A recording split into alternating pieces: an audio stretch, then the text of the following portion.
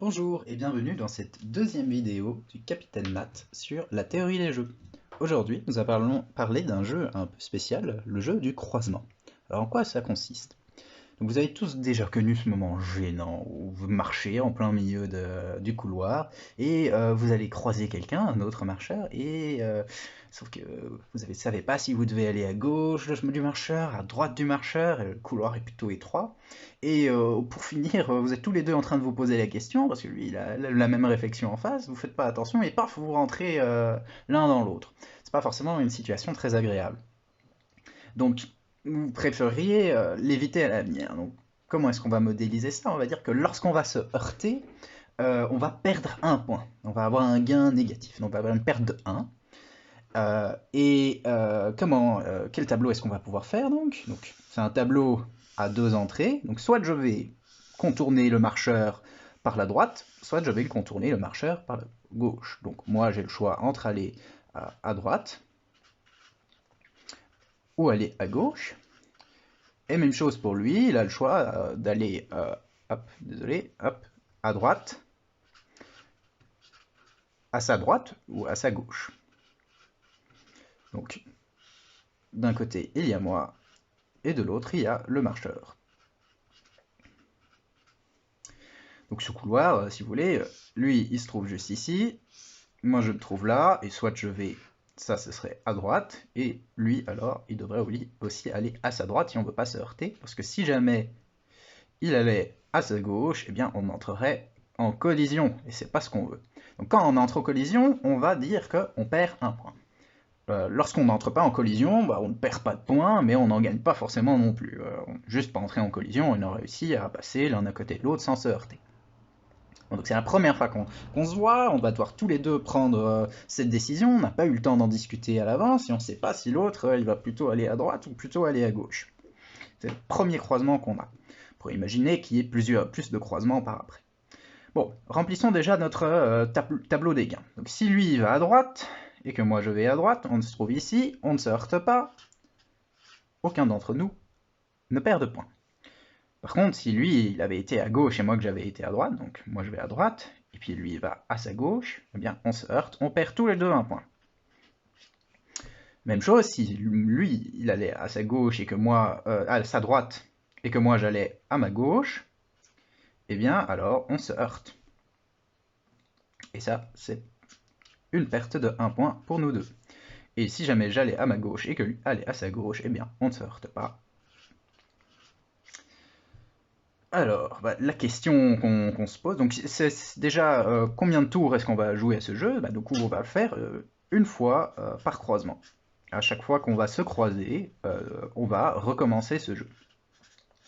Donc on peut se demander, c'est quoi le meilleur choix à faire lors du premier croisement? Bon, la réponse, je vais vous la donner, c'est que si on possède des informations sur le comportement de l'autre marcheur, si on sait s'il va plus souvent aller à droite ou plus souvent aller à gauche, eh bien on va pouvoir déterminer quel est le choix qu'il a le plus de chances de faire, et à partir de ça, on va pouvoir faire nous-mêmes notre choix. Donc s'il a plus de chances d'aller à droite, eh ben on va aller à droite. S'il a plus de chances qu'il aille à gauche, eh ben on va aller à gauche. Mais a priori, on ne sait pas.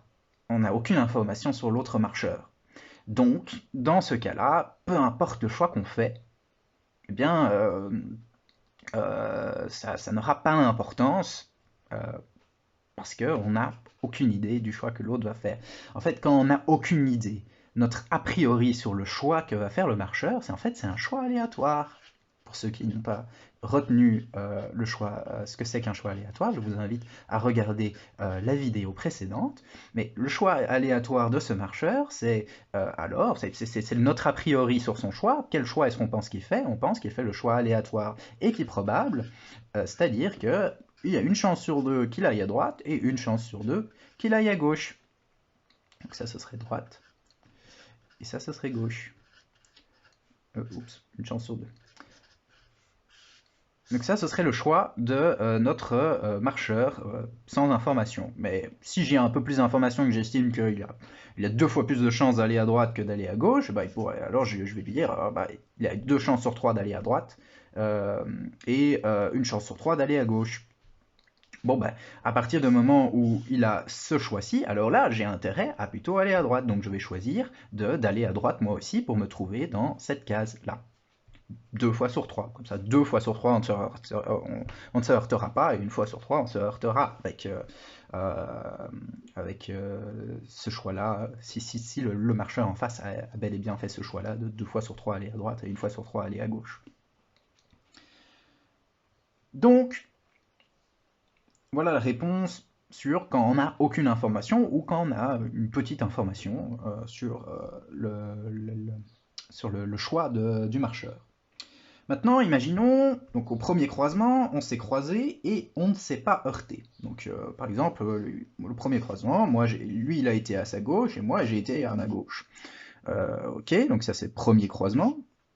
Maintenant, deuxième croisement, qu'est-ce qu'on fait? Quel est le meilleur choix? Là, je vous laisse réfléchir et répondre en commentaire. Si au tour précédent, le marcheur il est allé à sa gauche et que moi j'ai été à ma gauche, qu'est-ce qu'on a plus intérêt à faire? Donc ça, c'est la première question. Une autre question, c'est maintenant, donc ça c'est question 1, j'espère que vous voyez bien, question 2. Maintenant, au premier croisement, lui il est allé à sa gauche et moi j'ai été à ma droite et on s'est heurté. Qu'est-ce qu'on doit faire? Quel est le meilleur choix à faire pour le deuxième croisement? Donc première question, je répète, quel est le meilleur choix à faire si au croisement précédent on ne s'est pas heurté? Deuxième question, quel est le meilleur choix à faire si au premier croisement on s'est heurté? Alors petite remarque qui est notée juste ici, c'est que ce jeu ça peut aussi s'appliquer à des voitures qui se trouvent sur la route. Donc ici au lieu d'avoir des petits bonhommes, vous avez des petites voitures qui décide de rouler ou non sur la droite de la route ou sur la gauche de la route. Et alors vous comprenez d'autant plus l'importance de certaines conventions. Si on se met tous d'accord sur le fait de rouler à droite de la route, c'est pour éviter d'entrer en collision, parce que là les conséquences, c'est pas juste perdre un petit point, de se heurter, tu vois, c'est un accident avec des blessés. Donc, de temps en temps, dans ce cas-ci, les conventions sont utiles. Elles nous permettent de ne jamais se heurter, de ne jamais entrer en collision en voiture. Alors, disons maintenant que l'on est plus agile que l'autre marcheur, ou qu'on est plus doué avec notre voiture, qu'on a plus de rapidité pour changer de choix. Si jamais, donc à la dernière seconde, on a encore la possibilité de changer de choix alors qu'on voit le choix que l'autre a fait. Dans quel cas est-ce qu'on va vouloir changer notre choix? Et dans quel cas est-ce qu'on va vouloir garder notre choix? Donc imaginons, moi je vais à droite, j'ai décidé d'aller à droite, et lui il a décidé d'aller à gauche. On se trouve dans cette case-là. Est-ce que j'ai intérêt à changer mon choix? Bah oui, j'ai intérêt à changer mon choix, car donc moi j'ai le droit de changer mon choix, lui il n'a pas le droit de changer son choix. Bah j'ai intérêt à changer mon choix, parce que si je vais à gauche, on ne se heurtera pas. Donc ici, je vais vouloir changer de choix. Si maintenant je suis dans cette case-là, moi j'ai été à droite, lui il va à droite. Est-ce que j'ai intérêt à changer de choix? Non, on reste ici. Si maintenant, lui il a été à droite, moi j'ai été à gauche. Est-ce que j'ai intérêt à changer de choix? Oui, j'ai intérêt à aller plutôt à gauche. Et enfin, dans cette case-ci, lui il a été à gauche, j'ai été à gauche aussi. Est-ce que j'ai intérêt à changer de choix? Non, j'ai intérêt à garder ce choix. Bon, ça c'est pour si on me pose la question à moi. Donc, on gardera notre choix si jamais on ne se heurte pas, et on changera de choix à chaque fois qu'on se heurtera. Maintenant, prenons l'autre marcheur, le même raisonnement, s'il se trouve dans cette case-ci, donc moi j'ai été à droite, c'est pas moi qui suis assez agile que pour pouvoir changer de choix, c'est l'autre marcheur, et que lui il a été à gauche. Est-ce qu'il va changer de choix? Oui, il va changer de choix et il va aller à droite à la place. Si jamais il se trouvait ici, même chose, il va rester. Donc s'il allait à droite, il va continuer à aller à droite. Ici, droite-gauche, il va changer de choix et il va plutôt aller à gauche. Et si jamais il était déjà à gauche, il va rester à gauche. Très bien, alors vous pouvez remarquer qu'il y a deux états, deux situations finales. La situation où on a tous les deux été à droite et la situation où on a tous les deux été à gauche, vers lesquelles toutes les flèches pointent, tous les changements de choix pointent vers ces choix-ci. Et on remarque que lorsqu'on est dans une situation ainsi, tous les joueurs décident, donc tous les joueurs de notre jeu décident de rester dans cette situation-là et ne décident pas de changer de choix. Eh bien, on va appeler ça des équilibres de Nash. Un équilibre de Nash, c'est défini comme un ensemble de choix de tous les joueurs, donc ici droite-droite ou gauche-gauche, tel que aucun des joueurs n'a intérêt à changer de choix. Aucune des flèches que j'ai dessinées ici pour les changements de choix ne part de la position dans laquelle nous se trouvons, de la case dans laquelle on est dans le tableau. Donc on appelle ça des équilibres de Nash. Naturellement, on souhaiterait dire que la situation la plus stable, celle qui se reproduirait le plus souvent, ça va être un équilibre de Nash, parce que c'est une situation où personne n'a envie de changer de choix. Et ce sera le cas si les gens ne pensent uniquement à leur gain à court terme. Et on pourrait imaginer d'autres types de jeux, et vous pourrez le voir dans les prochaines vidéos peut-être, d'autres types de jeux où il faut penser aussi à long terme, parce que tous les équilibres de Nash ne se valent pas. Donc ici, on voit bien qu'il y a deux équilibres de Nash, celui-ci et celui-ci. Mais on verra dans les prochaines vidéos qu'il peut y avoir des équilibres de Nash différents. Ou par exemple ici, on aurait 0, 0, et ici 1, 1, par exemple. Et alors, on préférera l'équilibre de Nash 1, 1. Bien entendu, si je modifiais et que je mettais 1, 1 ici, ce ne serait plus un équilibre de Nash, parce qu'alors on privilégierait tout le temps cette situation-ci. En d'autres mots, donc, alors oui, il y a aussi une question, c'est est-ce qu'il existe pour tous les jeux un équilibre de Nash? Eh bien oui, en effet, Nash, il a montré qu'il existait toujours un équilibre de Nash. Ça c'est le petit signe pour il existe toujours un équilibre de Nash.